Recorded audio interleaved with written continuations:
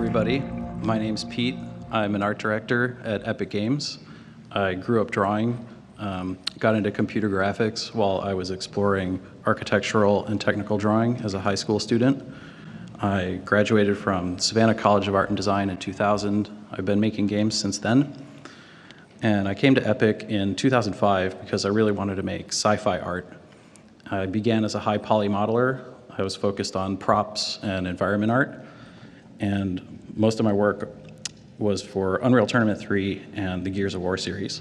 You can see on the screen a bunch of the stuff that I made back in the day. And in 2011, we built a small team to develop Fortnite, and I've been on the team since then. I wanted to ask you guys, who all has played Fortnite? Wow, that's pretty awesome. So over the years, Fortnite has been worked on by a ton of amazing game developers.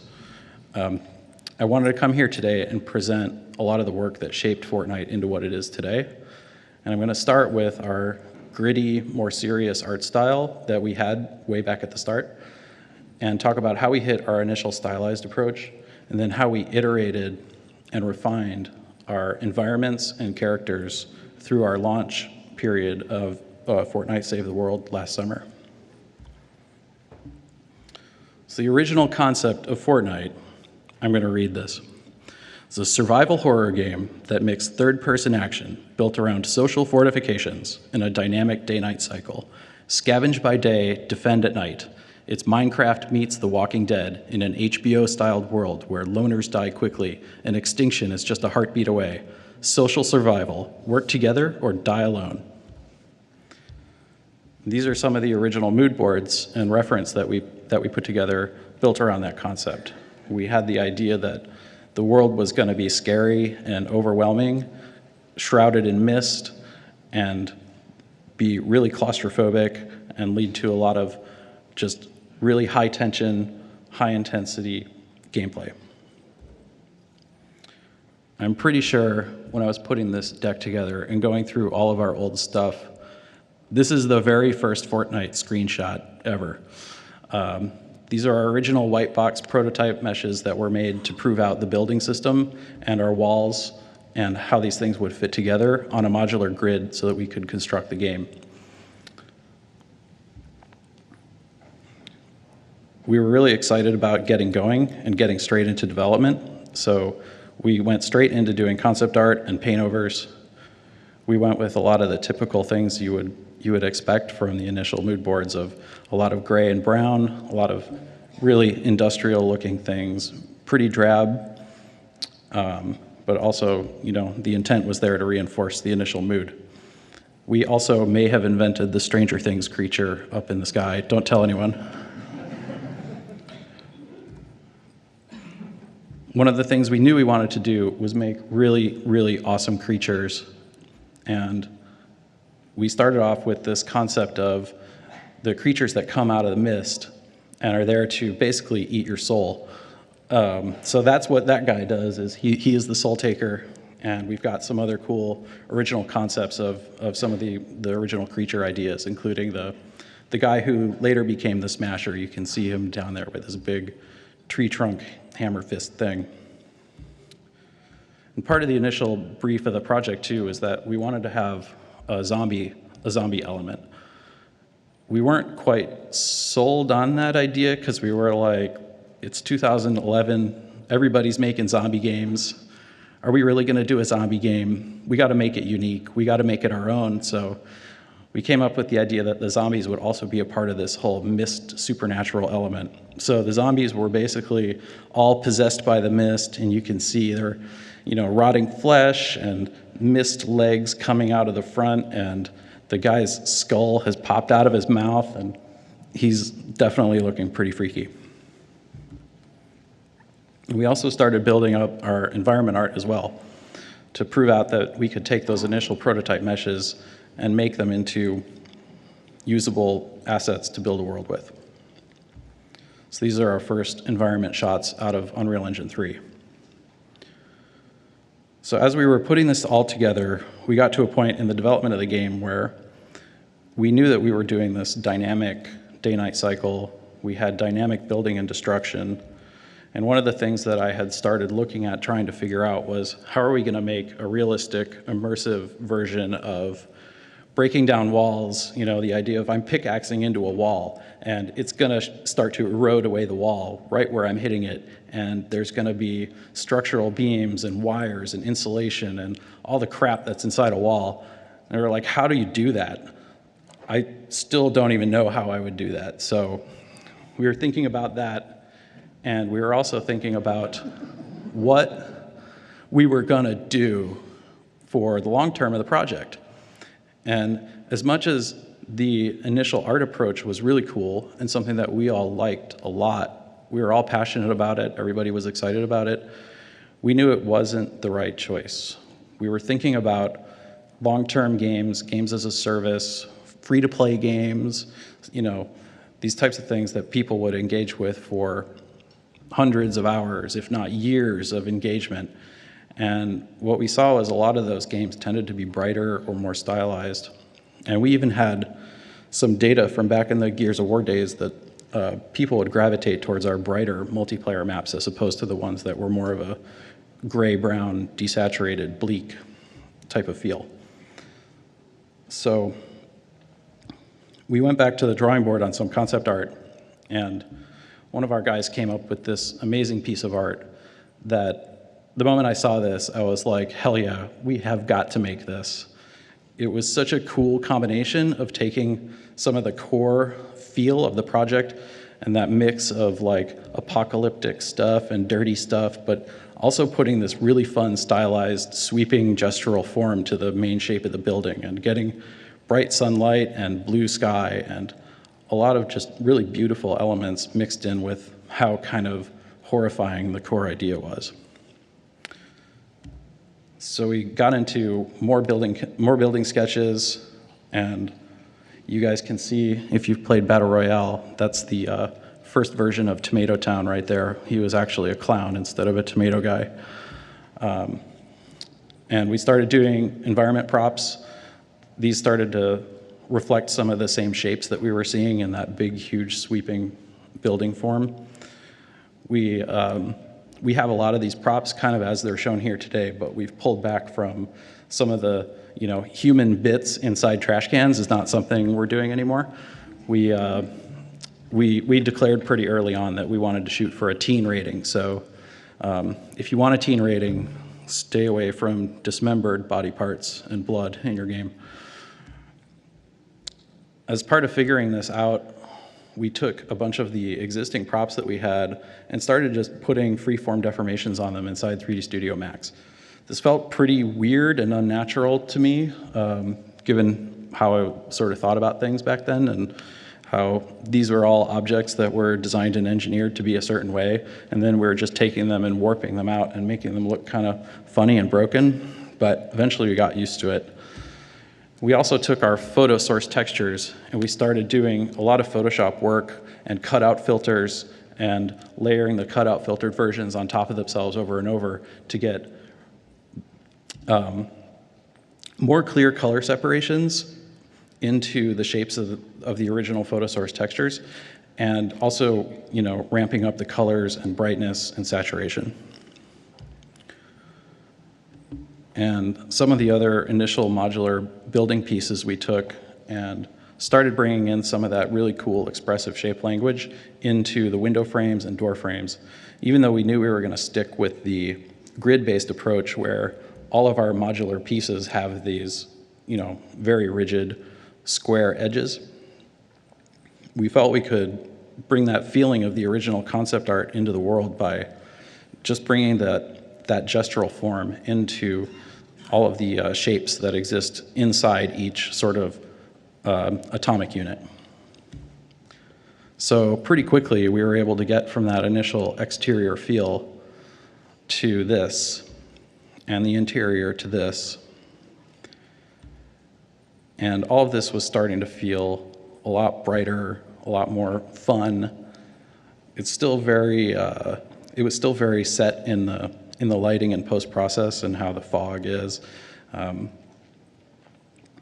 It didn't this hasn't proven out, the full style of where we're at today, but we kept making some content in this style. We got our initial Tomato Town Pizza Clown guy, and we also pretty early on felt the need to prove out the idea of building out tons of props to reinforce like the believability of the space and figure out what are we actually going to fill this world with that players can harvest and gather their resources, and can we actually make this world, as it gets more and more cartoony, still feel believable and natural and something where players have a mapping in their mind of, I understand where I am because these are clearly kitchen props. These are the first stylized character concepts that were done for Fortnite. They're really cool, but also weren't quite hitting the sort of teen-rated feel or the sort of endearing quality that we were going for. We did like the guy with the skull hoodie, so we took him and refined him a bit, and we got to our initial concept for our first Fortnite guy. And what we liked about this was just how clean his silhouette got and how a lot of the sort of grimy details were cleaned up, but he still had, a little bit of that scavenger kind of badass feel. So we went in and we modeled him, and it turned out really cool seeing this guy with these really cool elongated proportions and feeling like a really, really cool stylized scavenger. So we got him in the game, and there he is. We also went back over our creatures, and instead of making them terrifying, they're a little bit, they're still scary to some degree, but they have more of a sense of mischief about them, and we used simpler line work in them, and we started bringing in some of the swirling shapes, like you can see on the guy's claw hands, more of that swirl shape that reinforces the idea that they were coming from the mist.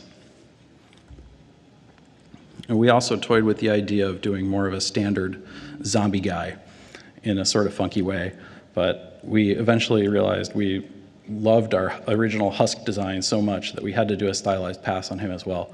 So you can see we cleaned up all the gore and gross stuff. We cleaned up the silhouette. We simplified a lot of the details, but we had to keep the skin hoodie, which was one of the, I guess, the iconic feature of this guy as a zombie design, and that's been there since the beginning.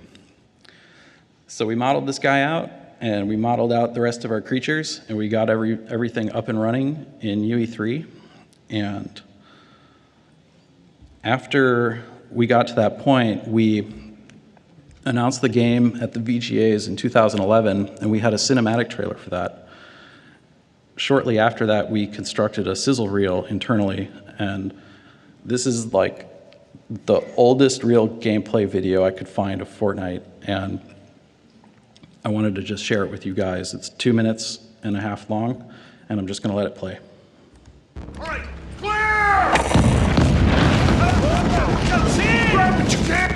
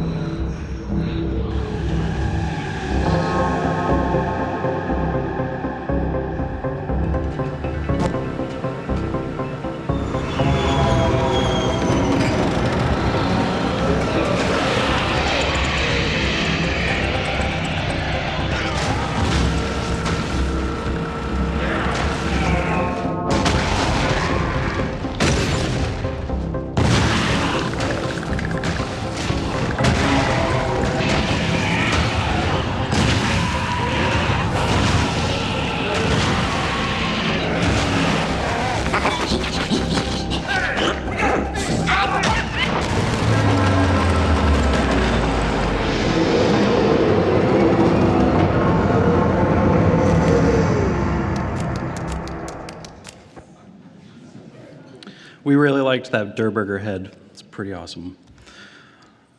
So this is a good time to talk about how that was our initial stab at doing stylized with respect to the original vision of the game. And it was sort of what I look back on and consider our starting point. We really liked the direction of the game. We wanted to keep improving it, and instead of trying to go into like a really aggressive, early access launch in 2012, we decided to hold the game back and keep working on it.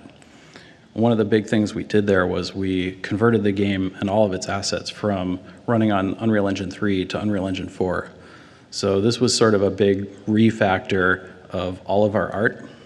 And from here, I'm going to talk about some of the work we did there on environments and characters.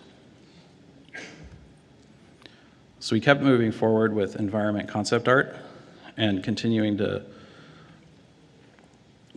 factor in the cool stylized shape language, but paying a little bit more respect to the fact that our buildings would be on a grid. We also knew, since we were making the world a believable place, we were going to need a ton of assets to fill out the random level generation system. So we took a shotgun approach to doing concept art and started generating just massive amounts of stuff. This is a sheet showing just how many different variants of beds there are in the game. And we made all of these as bespoke props. And we did this concept art also to prove out that shape language would continue to work throughout a lot of different ideas.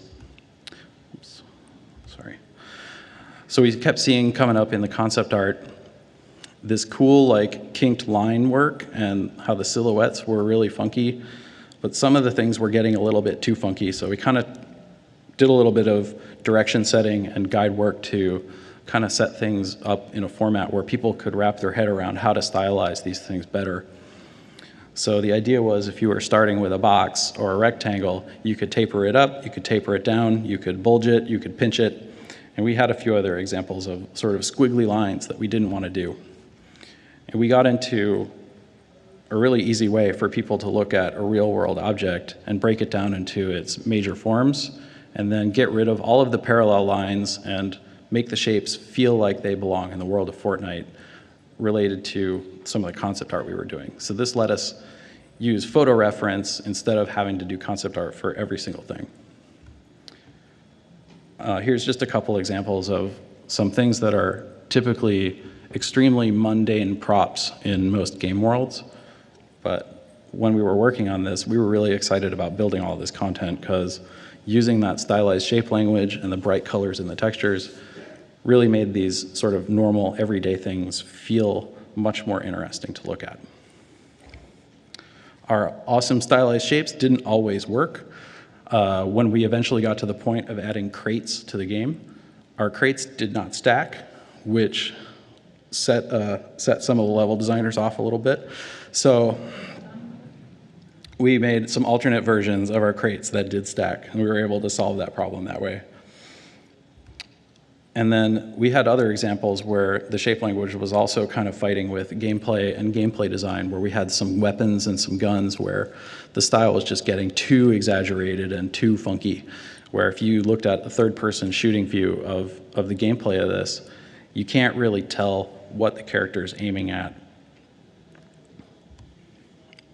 Similarly, in our player-built walls, we were able to use our shape language really effectively on some of the broader shapes like our metal panels, but some of the finer shapes like the level 1 wood or the level 1 brick, like the way we were building these assets, we couldn't really keep consistency in the shape language. All the bricks, for example, are all pretty rectilinear, and they don't really exhibit the exact same art style. So this was sort of a consistency bug that kept getting into my brain. We also worked through refactoring all of our textures. All of the cutout style photo source textures went through a new process where we hand painted them. Some of the failings of the cutout filter were that it would sort of just make a noisy mess out of certain things, and we just needed the artist's touch of going through these assets and hand painting them to really make them feel like more intentional and more full of character. The props themselves were also all being hand-painted at that point. And one of the elements from the original style and tone of the game was the lived-in world, which I was pretty convinced we had to keep. Getting the wear and tear and really intentional bits of grunge and dust and scratches and leaky bolts and all the things that add a ton of character to these assets were things that we stuck with. Another thing that we've been doing, we're still working on actually, as a point of Fortnite being a living project, we're going through and adding normal maps and spec maps to a lot of the tiling textures that never had any. So this is just an example of kind of the potential of where we can go. This is also showing that we fully converted over from colored spec to physically based rendering. So that was also a sort of daunting process because we had manufactured so many props with colored spec. One of the rendering engineers came to me one day and said, "Hey, Pete, you know, Fortnite is the only Unreal Engine 4 game using colored specular, and we don't want to support that in the engine anymore." And I was just like, oh, fuck. So we had a million textures to go fix, and we did it, and it's great because it looks way better now. But yeah, that was fun. We've also iterated the look and feel of our lighting and post-process quite a bit over the years. We started off with that original kind of heavy depth of field, really claustrophobic feel. And over time, as we've brightened things up and cleaned up the artwork, it's just felt very natural to reduce depth of field and crispen things up over time.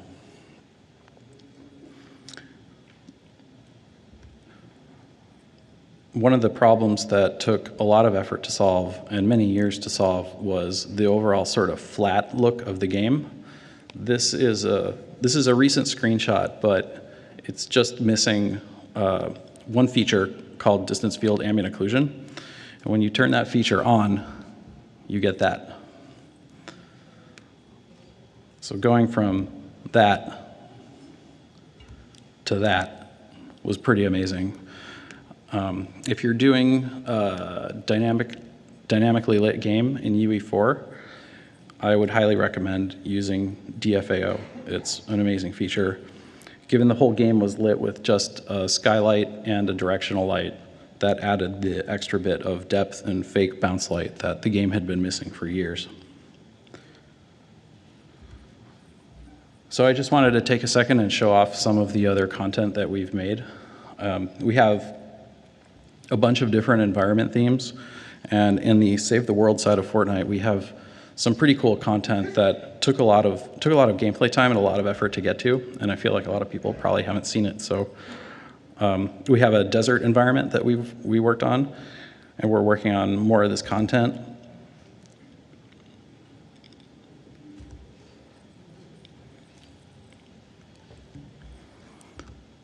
And we also built a full tile set of sort of Transylvania-inspired Halloween-themed assets. And this was also a perfect testing ground for the new volumetric fog in UE4, which is one of the most fun features to play around with.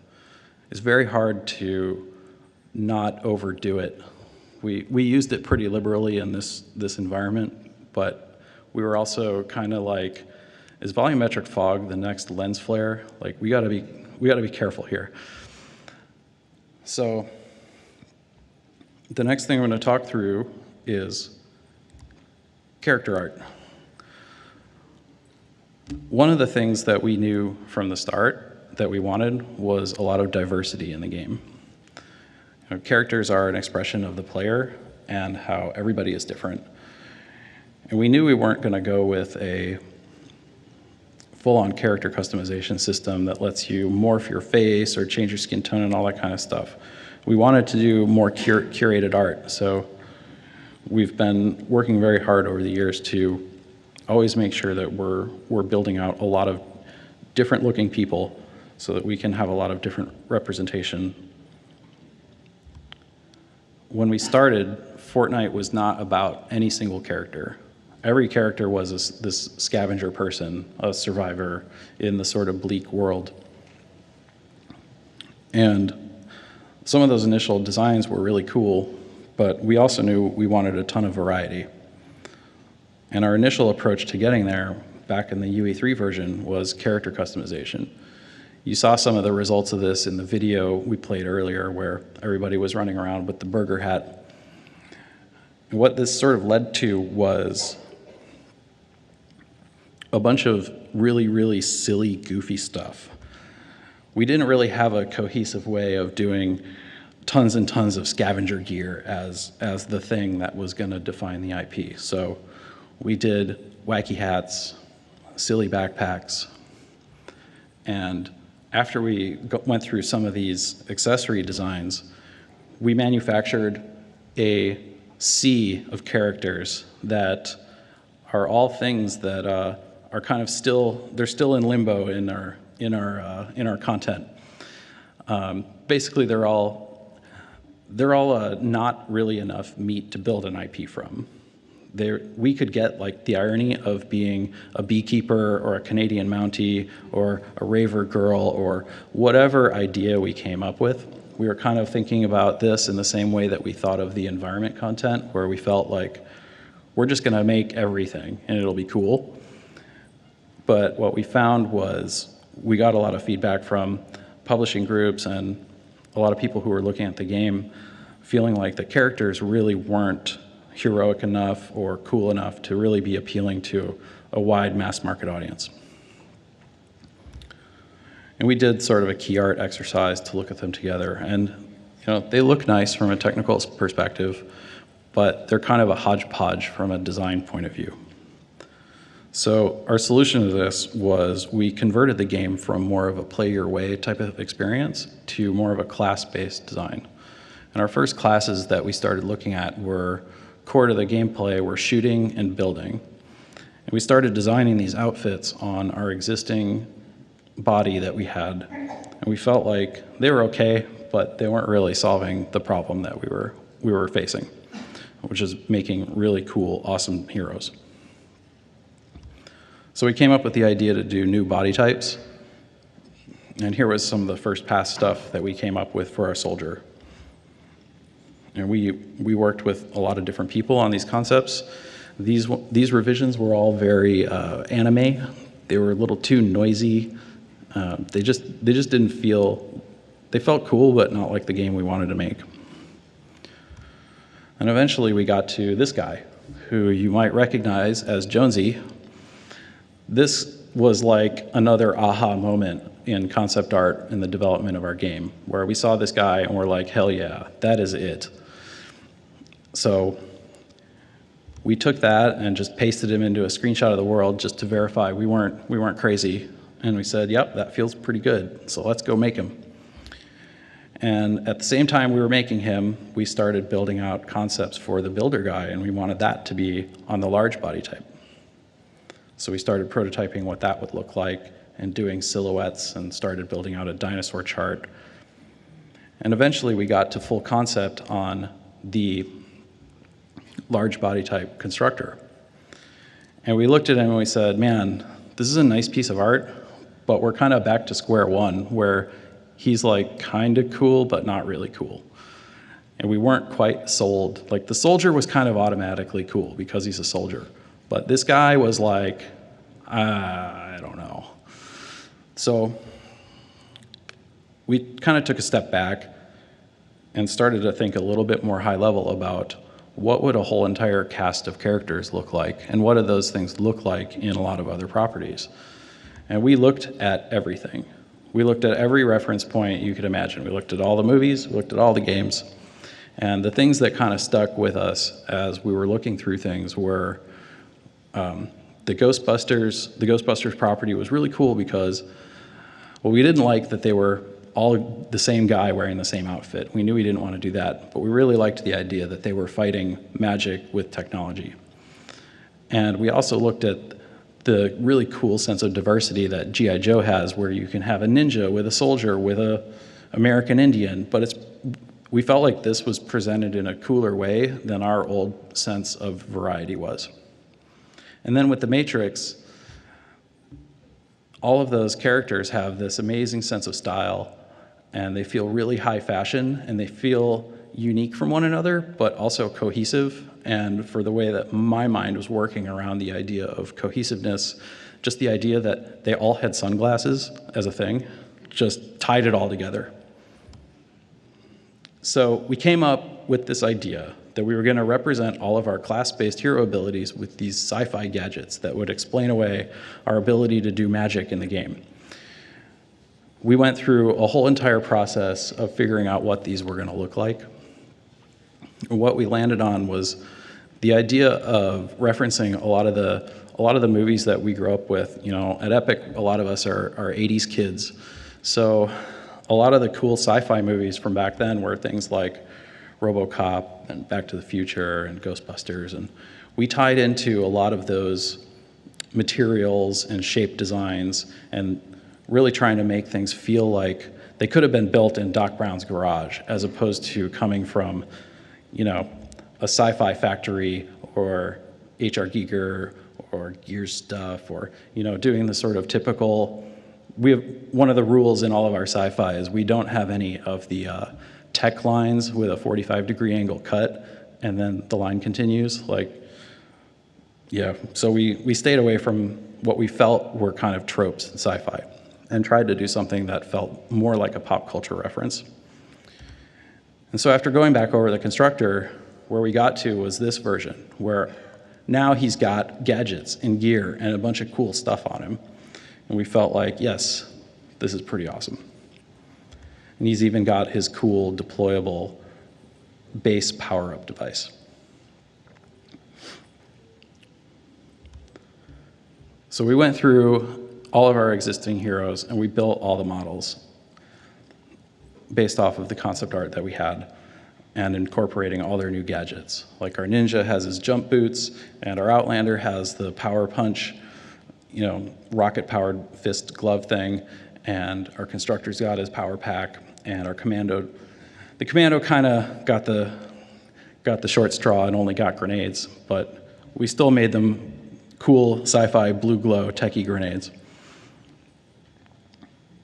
What we found was going back and looking at all these heroes and looking at the concept that they came from, we did them all in this style that was from the original Jonesy concept.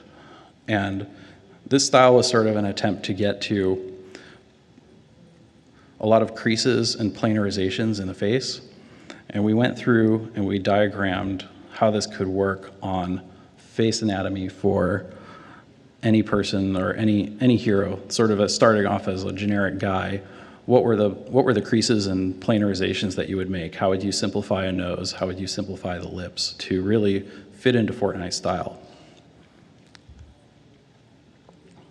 And so our first version of this came out pretty cool, is how we felt about it. And we stuck with this for quite a while, and we built out a bunch of our heroes in this style. And the more time we spent with them, the more we kind of realized, like, hey, you know, maybe they're not really as good looking as they should be. Like maybe what we did with the planarization and the cuts of the face, it wasn't really looking attractive or appealing. It was mostly done to try and fit in with a lot of the edgy angular style that had been done in the rest of the game. So just pulling like our constructor head into Photoshop and doing a very quick brush over the cheekbone, I was kind of like, all right, this feels way better. We got to go work through all of these face designs and make everything feel more natural. And we even went over some of our character concepts and reinvented them entirely with more of the eye towards the fashion idea of just making them feel like they had cooler, more relatable clothes and making them a little bit less sort of video gamey. She was a good example of where we reduced the number of planes in the face quite a bit and just had the sense of a crease on the jaw and just a little bit of a crease over the crest of the nose and a little bit of planarization in the hair. And that was enough to make her really feel like she fit with the rest of the game, but also letting her face be beautiful at the same time. And we went and did this over our soldier as well and reworked his body proportions and reworked the face. But we still weren't totally sure if we had nailed it yet. We wanted to do everything we could to be positive that we were on the right track with our style. So we took the newer soldier face and we started doing a bunch of paintovers and a bunch of new style explorations. And we started showing these to more and more people and getting people's feedback and testing them and getting data around what we were doing. I'm sure you guys are disappointed we didn't go with number 4. And it turned out that we landed on something pretty close to the original take on that guy. And we weren't as far off as we thought. All we really needed to do was go through and clean up the excessive edging and excessive planarization and rework the proportions, but sticking to the same initial character designs.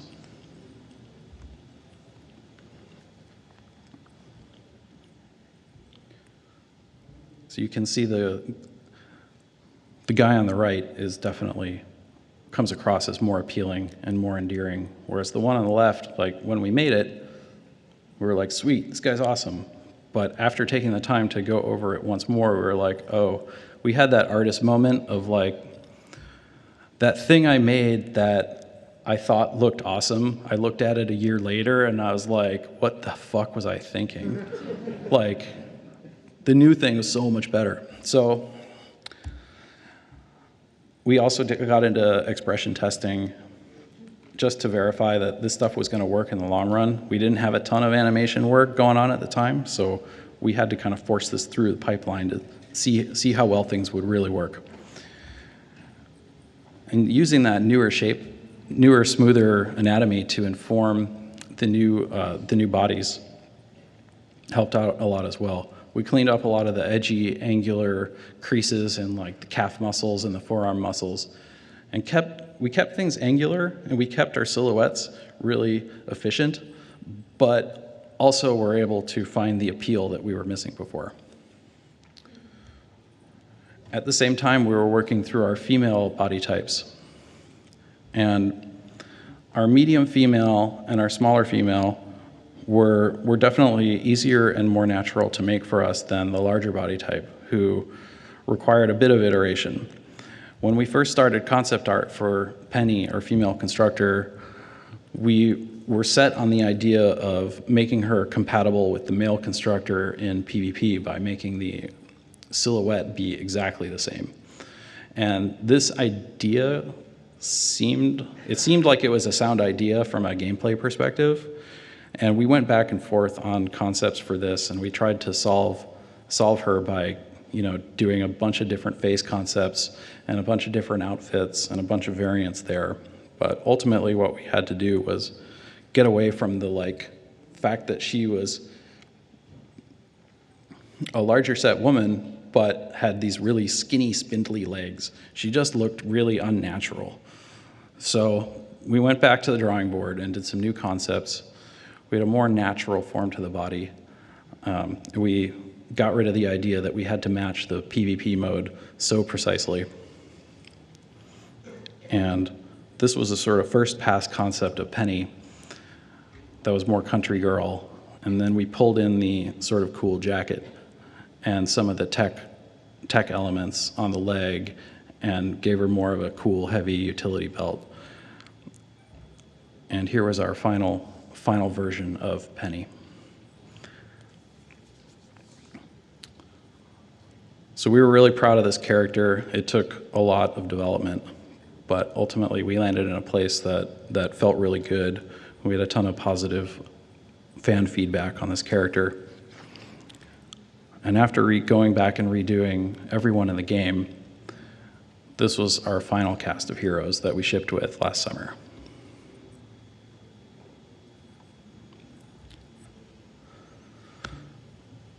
So I'm getting close to the end. I wanted to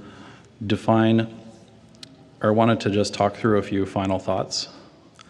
One of the big things that I sort of learned on Fortnite was we defined a lot of rules, and for me, being a first-time art lead and art director, I didn't really know how to form a rule and then figure out how to break a rule.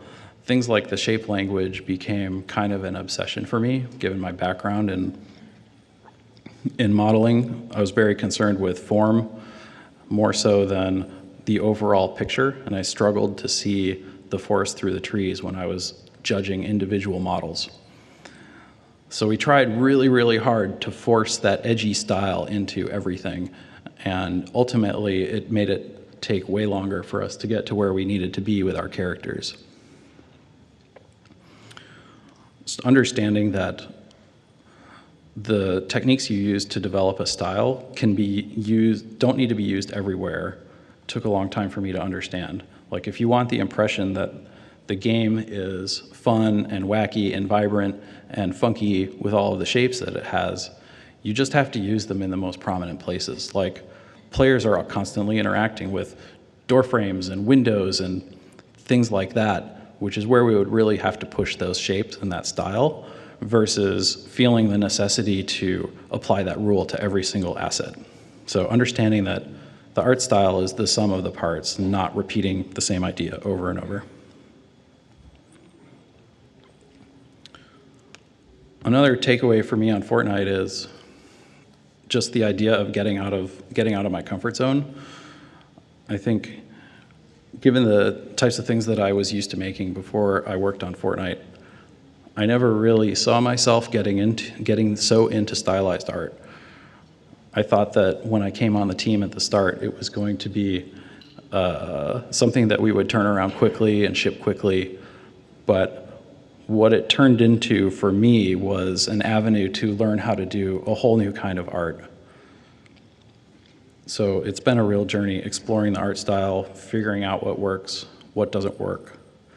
And the payoff is now we have an art style that people look at and people consider it unique, and that feels really rewarding to myself and the team.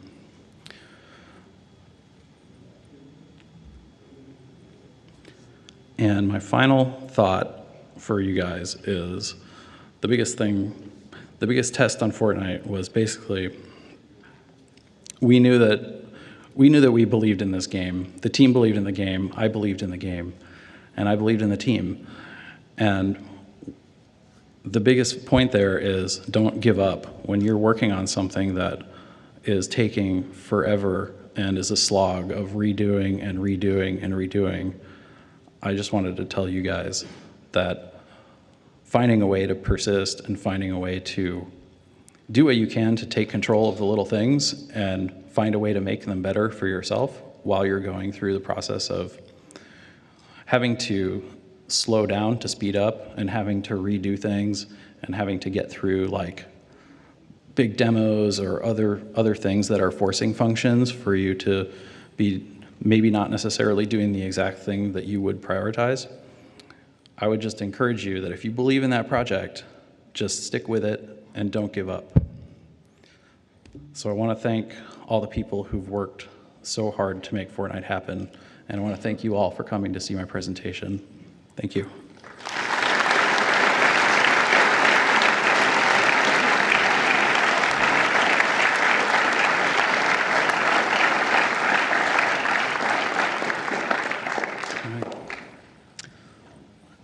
I have time for questions. I finished slightly earlier than I thought I would, but anybody have anything? I believe you're meant to go to the microphones, is what I was told. Test 1, 2. Can you hear me? Barely. Speak up a little. Okay. So, there we go. My question is, you shared some great examples of all the iteration you guys did over and over to kind of land on that style.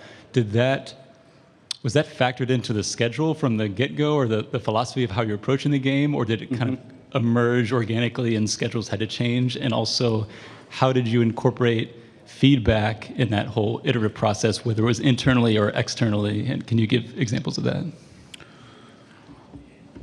That is a very good question. Building Fortnite was a very organic process within Epic. There were a lot of things that came up along the way where the team was asked to sort of change target or evolve the project along with the fact that Epic as an organization was evolving from being a company that shipped boxed products to being its own publisher. So there were inflection points along the development timeline where it was like, your schedule's basically thrown out because we know we're just doing a whole new thing now. I know that's a little bit vague, but things like we got an opportunity to do a Game Informer cover in something like 2014. So we automatically added time to our schedule of developing the game to deal with the fact that we were creating demo assets all of a sudden, when otherwise we might not have normally taken the time to do that. Or we did a stage demo at one point with Apple to show off the Metal API, and that was a whole thing of like, all right, so the people who were making the game are making that demo now, so now we kind of need more time to ultimately deliver. And just the way that Epic tends to work is people will be allocated to a project, and then there might be a project that has a great opportunity to do a demo or do something, and those people might shift from this project to that project. So the development timeline of the game was, I'm not quite sure how intentional anybody can really say it is in hindsight. And the feedback process of whether you're doing it internally or bringing in, like how did that factor into your iterative process? Oh, sure. We had a few moments where before we were fully sure that we were going to be our own publisher, we had some publishers come in and look at the game. But at some point, all of the feedback was driven internally. And then we also had probably 2 to 3 years of beta testing and user experience testing in our UX lab inside Epic. So we were getting feedback through both of those mechanisms as well. Some of the character art we put a bunch of images into a survey, and we had people go through and kind of rank, how do you feel about this character? Is it, I hate it? Is it meh? Swipe Is it right. kind of cool? Is it fucking awesome? So we went through that on a bunch of our character art. And, for a lot of that stuff that was in that middle space, it was kind of 50-50. And we were like, all right, we need to do better than that. All right, thank you. Mm-hmm. Hello.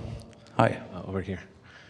So my question is, with such an organic way for you to arrive to the style that you got, and with it being such a long process, how do you ensure that the way that you stylize the environment and the way that you stylize the characters is consistent? And also, do you find any challenges that were perhaps more challenging just based on the fact that you were working in a stylized environment? Sure. I think one of the big things for me was just learning that I didn't have to make the characters feel exactly like the environment, that we could get away with having them take on a bit of their own style, which wasn't apparent to me at the beginning. I was always like, when I was a kid, I would watch cartoons and see like, oh, okay, I can tell there's a watercolor painted background, but I know exactly what the rock on this frame is going to move because it's clearly cell painted. Right. And that inconsistency would be like a little bit of a deal breaker for me, just in how I have a little bit of an analytical side on top of my more artistic side. So learning that we could do the characters in their own style was the secret to making them good, because I think the early iterations we were trying too hard to make them analytically cohesive with the environment. Right. And what was the second part of your question again? Can you repeat it? Were there any challenges for you that were even more challenging just based on the fact that it was a stylized IP? For example, maybe in building modular sets, for example, for the environment. Yeah, I mean, going with that shape language definitely complicated some things. You have to be really concerned with your collision and how players move through the world. Doorways, for example, you couldn't have them be wide at the bottom and thin at the top, because a player will run in and their head might clip where it's angling up. So there's all kinds of like tiny little gotchas that we went through. But overall, I think a lot of it felt pretty natural as an evolution of what we'd been doing in the past. I made a lot of modular environment sets for Gears of War and UT, so we had a lot of experience there, and we were able to get off the ground pretty quickly with Fortnite with all that knowledge that we already had. Do you find yourselves having to standardize a lot of things like doorways just so it would fit all of your characters, or do you guys just do a... Yeah, we have like a minimum, kind of a minimum size. Like, we want to make sure that all the big characters can get through any portal. And then we have other standardized sizes for AI as well in the PvE game. So there are definitely a lot of rules there that had to be learned over time. Just one more quick question. You mentioned earlier that you were trying to transition from your hand-painted textures into adding normal maps to them. How are you finding that transition? Are you having, are you running into a lot of issues where like maybe the normal maps are not really helping sell the look, I guess, or the appeal of the textures? We haven't done tons of them yet, so I don't have a thorough answer, but I think I know what you're getting at, because ultimately it's probably going to be a little bit of a rabbit hole where a lot of the diffuse textures have light and shadow already painted into them, and we're going to have to pull back from that and probably let the artists have a little freedom to interpret those textures and say, all right, well, this brick wall isn't going to be exactly the same anymore. I'm kind of redoing it with I'll do a model in ZBrush and we'll bake it out again. And so there will probably be a lot of that in that work. Okay, thank you. Hi, love the look of the game, the look you arrived at. The success is really well deserved, I think. Thank you. This is a pretty simple question, and you almost touched on it. Scaling of props is a conscious decision to keep things maybe a little larger than would be natural compared to the characters. How did you... Our props are huge. Yeah. They're enormous. It's actually pretty ridiculous, and a lot of our marketing materials required us to like go be like, all right, let's maybe make this rock or this car a little bit smaller. And the intent there is, you can only run so many actors in a level, and you also have the gameplay consideration of every little thing a player is running to harvest is a new gameplay objective. So we definitely had a point where some of the props that we were doing were too small. And we just worked hand in hand with the level designers to figure out like, okay, there's really nothing smaller than a mailbox in this game because there's no point to it. It's just gonna slow people down or get in the way, which, in some respects, it makes it so you can't as finely detail certain areas as you might want to, but the benefit is that it keeps your levels pretty clean and easy to read, and people can plot their course from point A to point B pretty easily when you have the right scaled props. Great, thank you. Great talk, by the way, and Thank big you. fan of the game. I've been playing it a lot. Thanks. My question is, as an art director, you said at the very end you were talking about persistence and how finding that persistence to continue to go even through constant iteration and reiteration is very important. So as an art director, were there challenges for getting the team on board for reiteration and constant iteration? Is that like difficult? Yeah, for sure. We just basically had to keep talking to everybody and let them know, hey, this game's going to come out and it's going to be awesome, and just get everybody hyped up about the future of the game and how we knew we were building something really unique. Like just the idea of going into a world and smashing a bunch of stuff and getting all the crap and building a cool fort and all of the, metagame systems that we built are fairly compelling once you get into them if you're that type of gamer. So we knew we were onto something, and I think a lot of the team believed in that. Thank you. Hi, I'm working in the launch department for a game company. You just say every time you improve your character, or sometimes you improve your character, you are discussing with the launch team, right?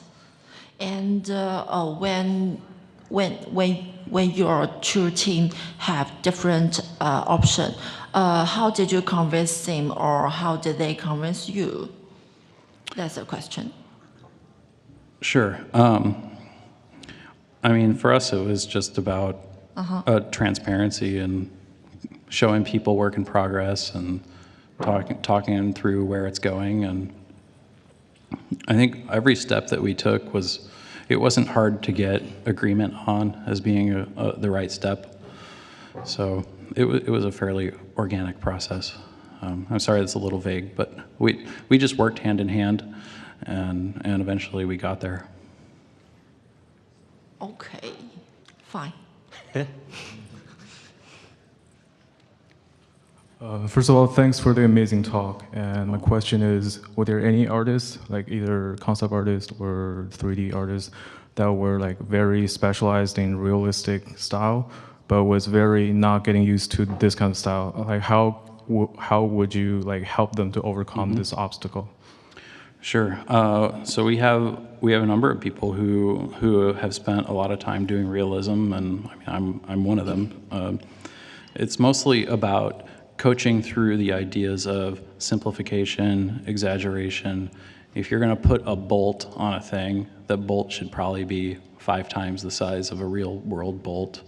And one of the benefits we had was we built a ton of content early on with a really small team who all kind of got the style.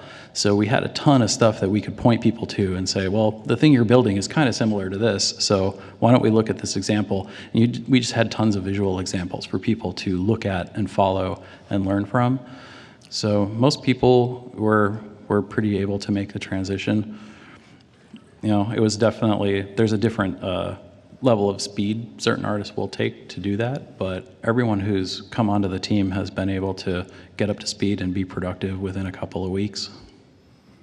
Oh, thank you so much. Just a quick question. Thanks, great talk, and Thank you. Love the art style. It's fascinating to see the progression, especially how you smooth the face. Ends up reminding me a lot of stop motion, like Leica and toys. So my fanboy question is: any chance you'll release like an art book or a website showing art progression or toys? Oh man, we'll get there. Yeah, we don't have a ton of people in the department to take on those types of things, but we have a ton of source material, and I'm really excited about the idea of doing that. So I'm right there with you. I hope it happens. Any last questions?